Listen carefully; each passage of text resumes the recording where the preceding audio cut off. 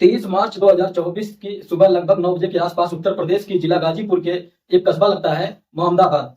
मोहम्मदाबाद में बड़े दरवाजे के उस दहलीज के अंदर मुख्तार अंसारी का उसके ही आवास पर जनाजा रखा हुआ था।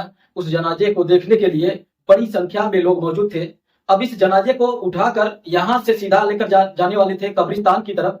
और जैसे ही उस जनाजे के पास उनका छोटा बेटा, जिसका नाम होता है उमर अंसारी, पास में पहुंचता है, अपनी पापा की तरफ देख रहा था और देखते देखते आंखों में आंसू भी थे। साथ ही उसने अपने पापा के जो मूंछों पर दाव लगाता है और इस फोटो को कोई क्लिक करता है। ये फोटो थोड़ी ही देर में सोशल मीडिया पर वायरल होने लगता है। दरअसल मुख्तार अंसारी जब जिंदा था तब वो अपनी मूंछों पर दाव लगाया करता था, कुछ इसी तरह से। इसलिए आखिरी बार उनके बेटे ने मूंछों पर दाव लगा दिया। अब यहाँ से जनाजे को लेकर जब चल रहे थे तब वहां पर थोड़े बहुत नहीं बल्कि 40 से 50 हजार लोग इस बात का इंतजार कर रहे थे कि वो सुपुर्दे खाक में जाएंगे और मिट्टी देंगे। जैसे ही कब्रिस्तान में मोहानी पर ये जनाजा पहुंच जाता है, वहां डीएम और पुलिस अधिकारी पहले से ही मौजूद होते हैं। तभी डीएम साहब उनके भाई की तरफ इशारा करते हुए, जो सांसद अफजाल अंसारी होते हैं, उनसे कहती है कि सिर्फ परिवार के लोग ही मिट्टी देंगे। और इसी बात को देखते हुए अफजाल अंसारी को और डीएम में कुछ कहा सुनी हो जाती है। तब डीएम साहब कहती हैं, मैं आपके ऊपर कार्रवाई करूंगी, मैं सबके ऊपर कार्रवाई करूंगी, जितने लोग थे सबके ऊपर। जब इस तरह की बात थी, लगभग 40 से 50 हजार लोग जब मिट्टी देंगे तो हो सकता है कि शांति व्यवस्था बिगड़ जाए। इसलिए लोगों में कुछ हड़कंप की स्थिति मची हुई थी। यानी कि इससे कुछ देर पहले जब मीडिया कर्मी वहां पर मौजूद होते हैं, मीडिया कर्मियों ने जनाजे के आने से पहले ही पब्लिक से, भीड़ से बातचीत करने की कोशिश की। और जब बातचीत कर रहे थे तब मुख्तार अंसारी का नाम लिया जा रहा था। तो मुख्तार अंसारी के नाम से पहले कोई बाहुबली, कोई गैंगस्टर, कोई तरह तरह के जो नाम के आगे लगा रहे थे, माफिया वगैरह। इसी बात को देखते हुए जो स्थानीय लोग होते हैं वो भड़क जाते हैं, वो गुस्से में आ जाते हैं, कहते हैं कि तुम इस तरह के शब्दावली का इस्तेमाल नहीं कर सकते। और यहाँ तक कि लोगों ने, गुस्साए हुए लोगों ने उन मीडिया कर्मियों को वहां से खदेड़ भी दिया। दरअसल इतने सारे लोगों का जोड़ना और अखबारों, टेलीविजन के माध्यम से लोगों को पता चलना कि मुख्तार अंसारी जो डॉन, माफिया, गैंगस्टर, तमाम तरह के जो शब्द निकल रहे थे उनके बारे में पता चलना, ये अपने आप में कई तरह के सवाल भी खड़े होते हैं। जब स्थानीय लोगों से मीडिया कर्मियों ने बात करते हैं, वो उसको रॉबिन हुड और गरीबों का मसीहा कहते हैं। लेकिन जब बात मीडिया में पहुंचती है तो उसी व्यक्ति को कोई माफिया, तो कोई डॉन, तो कोई गैंगस्टर के नाम से बुलाता है, तो कोई इसे हत्यारा कहता है। आज की कहानी के माध्यम से यही जानने की कोशिश करेंगे कि आखिरकार मुख्तार अंसारी क्या सचमुच गरीबों का मसीहा था या फिर वो एक माफिया, डॉन या बाहुबली गैंगस्टर था। नमस्ते, प्रणाम, हर हर महादेव, मैं प्रकाश पाल। आज की जो सच्ची घटना मैं आपको सुनाने जा रहा हूं, ये सच्ची घटना है उत्तर प्रदेश का एक जिला है मऊ। दरअसल मऊ का ही एक मोहल्ला लगता है, मलिया मोहल्ला। यहाँ का एक ठेकेदार हुआ करते थे जिनका नाम था अजय प्रकाश सिंह उर्फ मन्ना सिंह। ये श्रेणी के ठेकेदार, और उनको बड़े बड़े ठेका मिला करते थे। एक दिन यानी कि 29 अगस्त 2009 की शाम लगभग 5:45 पर वो अपने सफारी कार में बैठे हुए थे। साथ ही उनका ड्राइवर जो गाड़ी चला रहा था, जिसका नाम शब्बीर उर्फ राजा होता है, उनका दोस्त, उनके साथी जिनका नाम राजेश राय होता है, साथ ही उनका एक मुनीम होता है जिसका नाम राम सिंह मौर्य। ये नई बांध स्थित एक यूनियन बैंक ऑफ इंडिया होता है, उसके पास अपनी गाड़ी रोकते हैं। और जैसे ही गाड़ी रुकती है, ठेकेदार अपने मुनीम से कहते हैं, राम सिंह मौर्य होते हैं, जाकर ट्रक ड्राइवरों से बात करो। क्योंकि इनका काम था, राम सिंह मौर्य का, वो काम काज देखते थे ठेके का, किस तरह लेन देन और किसको आना है, किसको काम देना है। वो छोटी छोटी बारीकियां, कुछ ज्यादा बारीकियां जो भी था, इन मन्ना सिंह के साथ रहकर काम करते थे। ये तो चले जाते हैं ड्राइवरों से बातचीत करने के लिए, और इससे पहले कि वहां से लौट कर वापिस आते, इससे पहले ही 3 बाइक के ऊपर 6 बदमाश आते हैं और 6 के 6 बदमाश के हाथ में आधुनिक हथियार होता है। करीब 5 मिनट तक अंधाधुंध फायरिंग, अंधाधुंध गोलियां चल रही थी। और जैसे ही लगातार गोलियां चल रही थी, उन गोलियां चलाने वालों का टारगेट जो होते हैं वो ठेकेदार, जिनका नाम होता है अजय प्रकाश सिंह उर्फ मन्ना सिंह। उनको गोलियों पर गोलियां दागी जा रही थी। उसमें 5 मिनट में जितनी गोलियां चला सकते थे, वाकायदा उन्होंने अब आंखों से झांक कर देखा गाड़ी के अंदर जिसको मारने के लिए आए हैं, क्या वो सचमुच मर चुका है या नहीं मर चुका है। जब उन्हें इतना पता चल जाता है, तब तसल्ली के बाद वो यहाँ से आराम से चले जाते हैं। और इस दृश्य को सैकड़ों लोग देख रहे थे, लेकिन किसी की हिम्मत, किसी की ताकत नहीं जो आकर उन्हें गोलियां चलाते हुए रोकने की कोशिश करता, क्योंकि अगर कोशिश करता तो शायद वो भी गोलियां खाता। वो तो वहां से चला जाता है, और इसी बीच में जो राम सिंह मौर्य होते हैं, जो उनका मुनीम होता है, वो चीखता चिल्लाता रोता बिलखता वहां मौके पर पहुंचता है, लोगों से अपील करता है। अब उनके बदमाशों के जाने के बाद और भी व्यक्ति मौके पर आते हैं, और जाकर जब देखते हैं नस टटोली जाती है। ठेकेदार, जिनका नाम अजय प्रकाश सिंह उर्फ मन्ना मन्ना सिंह होता है, वो दम तोड़ चुके थे, वो मर चुके थे। दरअसल ये बदमाश उनको ही मारने के लिए जो आए थे, अब ड्राइवर है उसके सांसें चल रही थी, और साथी जो उनका साथी उनका दोस्त होता है जिसका नाम राजेश राय होता है, उनकी भी सांसें चल रही थी। उनके भी जब ये बातचीत करते हैं, इससे पहले कि कुछ हो पाता, कुछ करने की कोशिश करते, पुलिस को सूचना दी जाती है। यहाँ से तत्काल प्रभाव से जिला अस्पताल में भर्ती कराया जाता है लोगों, घायलों को, ड्राइवरों को, उनको दोस्त को। और यहाँ से ड्राइवर की हालत कुछ ठीक होती है, जबकि उनका साथी होता है उसकी हालत कुछ ज्यादा ही खराब थी। जब उसकी ज्यादा हालत खराब थी, उससे बनारस भेज दिया जाता है। अभी इधर तो बनारस जाता है, इधर जो घटना को लेकर गाजीपुर तिराहे पर बवाल मच जाता है। बड़ी संख्या में लोग इकट्ठे हो जाते हैं। जब लोग इकट्ठे होते हैं, उनकी एक ही मांग थी कि आखिरकार इस हत्याकांड को किसने अंजाम दिया है, उन्हें किसी भी कीमत पर बख्शा नहीं जाना चाहिए। आखिरकार मुकदमा भी दर्ज कराया जाता है, और जब मुकदमा दर्ज कराया गया था, तब नाम निकल कर आता है मुख्तार अंसारी का, जिसे लोग डॉन के नाम से भी जानते थे, जिसे लोग गरीबों का मसीहा भी कहते हैं, जिसको रॉबिन हुड भी कहते हैं, जिसको गैंगस्टर भी कहते हैं, जिसको तरह तरह के नामों से बुलाया जाता था। 11 लोग थे, 11 के 11 लोगों के खिलाफ मुकदमा दर्ज जब होता है, पुलिस इस मामले की जांच पड़ताल में जुट जाती है। और जांच पड़ताल में जुटने के बाद उधर जो इनका जो साथी था, जो दोस्त था, जो गवाह होता है, एक ड्राइवर था, वो तो ठीक हो जाता है। लेकिन लगभग 3.5 महीने के बाद खबर मिलती है, जो उनका दोस्त होता है, साथी होता है, राजेश राय, अब इस दुनिया में नहीं रहा, वो मर जाता है।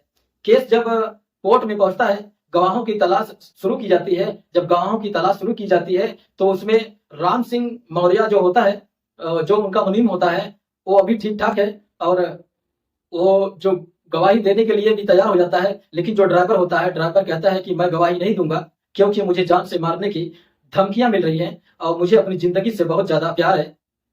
ड्राइवर तो साफ इनकार कर देता है। लेकिन जैसे ही राम सिंह मौर्य, उनका मुनीम जो होता है, उसको ये कहा जाता है तुम गवाही देंगे तो सरकार की तरफ से उसको गनर भी दिया जाता है, ताकि उसको उसकी सुरक्षा बनी रहे, और कोर्ट में गवाही भी देगा, ताकि जितने भी हत्यारे हैं, आरोप सिद्ध हो जाएगा तो आरोपी को सजा मिल जाएगी। लेकिन इससे पहले वो वक्त आता, 1 साल अभी बीता भी नहीं था इस पूरे घटनाक्रम को। 19 मार्च 2010 की ये बात है। दक्षिण टोला थाना लगता है, उस थाने के पास ही एक एआरटीओ का दफ्तर होता है। उसी एआरटीओ दफ्तर पर ये मुनीम अपने सिपाही, जो उसका गनर होता है सतीश सिंह, इनके साथ खड़ा हुआ इंतजार कर रहा था, क्योंकि एक फाइल थी, उस फाइल को ट्रांसफर करने के लिए एआरटीओ दफ्तर पर ये गए हुए थे, इंतजार कर रहे थे। लेकिन अचानक से 4 बदमाश आते हैं आधुनिक हथियारों के साथ, और उन्होंने ताबड़तोड़ गोलियां चलाना शुरू किया।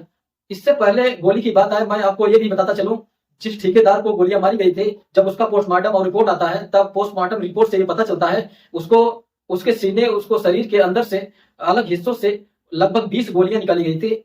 जब 20 गोलियां निकाली गई थी, अब ऐसे ही, अब यहाँ पर जो एकमात्र गवाह था, जो जिसने अपनी आंखों से दृश्य को देखा था, हालांकि देखे तो और लोगों ने भी थे, लेकिन वो लोग सीधे तौर पर सीधे नहीं आना चाहते थे, इसलिए जो मुनीम था वही सामने आ रहा था। लेकिन उसको 19 मार्च 2010 को जब एआरटीओ दफ्तर पर था, तभी 4 बदमाश आते हैं और ताबड़तोड़ गोलियां बरसाना शुरू कर देते हैं।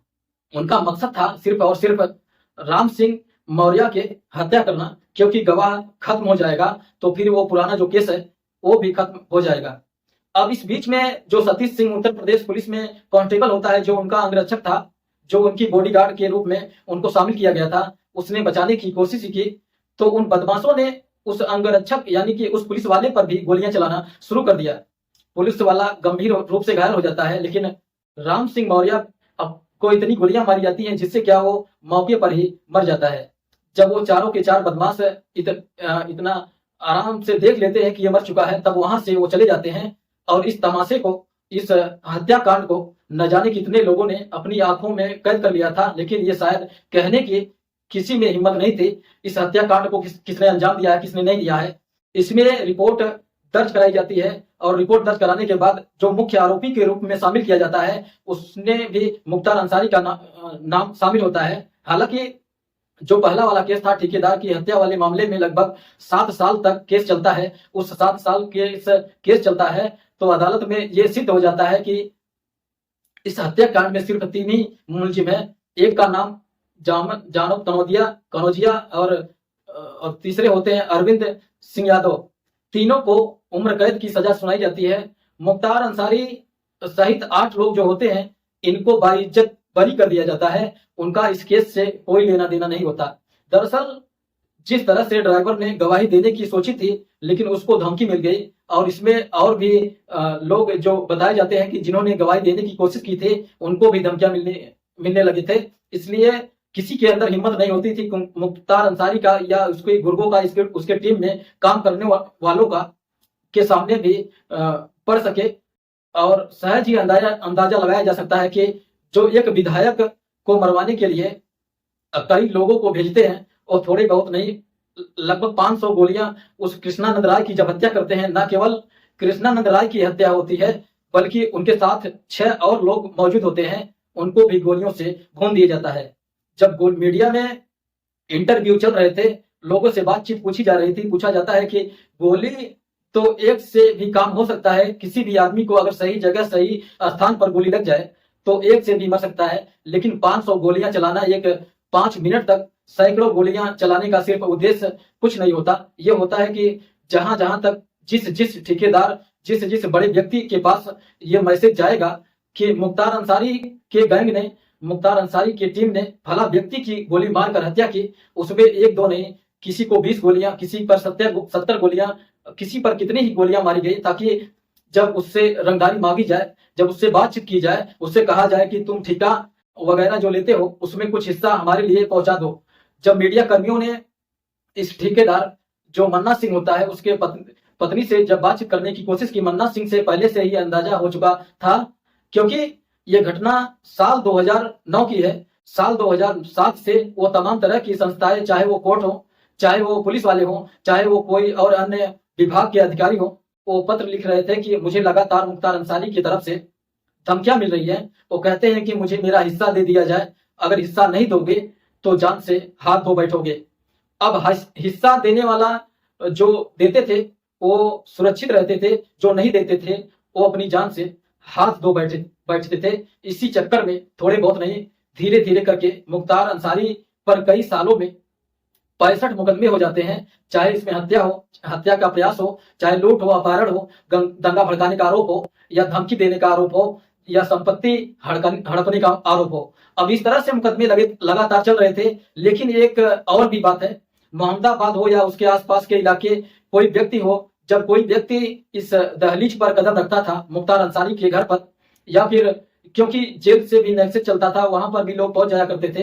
क्या कोई कहता था कि मेरी बेटी की शादी, कोई कहता था कि मेरी जमीन पर फला व्यक्ति ने कब्जा कर लिया है, कोई कहता था मेरी स्कूल की फीस नहीं मिल रही है, कोई कुछ कहता था। इस तरह से मदद मांगने के लिए जब लोग पहुंचते थे उस दहलीज पर, उससे हमेशा मदद मिलती थी।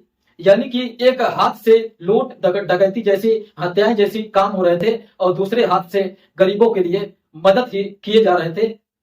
इसलिए जब इस 23 मार्च 2024 को उन्होंने देखा, उनका शव मोहम्मदाबाद में, उनकी जनाजा पहुंचता है, और जनाजा जब लेकर जा रहे थे, थोड़े बहुत नहीं बल्कि 40-50 हजार लोग पहुंच जाते हैं। जबकि चुनाव आचार संहिता लागू है और धारा 144 भी लागू है, और धारा 144 के 4-5 व्यक्ति से ज्यादा इकट्ठे नहीं हो सकते, लेकिन यहाँ तो 40 से 50 हजार लोग इकट्ठे हो जाते हैं। और उस जनाजे में हर कोई चाहता था कि उनको मिट्टी दी जाए। जो मिट्टी देने वाली बात आती है तो डीएम और उनके जो भाई होते हैं अफजाल अंसारी, उनसे उनका झगड़ा भी हो जाता है, बात भी हो जाता है। डीएम यहाँ तक कह देती है मैं तुम्हारे खिलाफ कार्रवाई करूंगी। अब इस कहानी के माध्यम से मैंने ये बताने की कोशिश की है, एक तरफ तो लगातार मुकदमे पर मुकदमे चल रहे थे अलग अलग कैटेगरी के, और किसी की हिम्मत नहीं होती थी इनका सामना कर सके, और दूसरी तरफ चल रहा था कि जो इनके दहलीज पर कोई कदम रखता था वो इसकी मदद कर दिया करते थे। इसलिए मदद का जो तरफ था वो भी बढ़ता चला गया, और जो भी क्राइम का जो दायरा था वो भी बढ़ता चला गया। इसलिए जिनके साथ मदद हुई है वो तो खुश है, और जिनके परिवार के लोगों की हत्याएं हुई है, जिनको बहुत ज्यादा नुकसान हुआ है, वो लोग खुश भी हैं।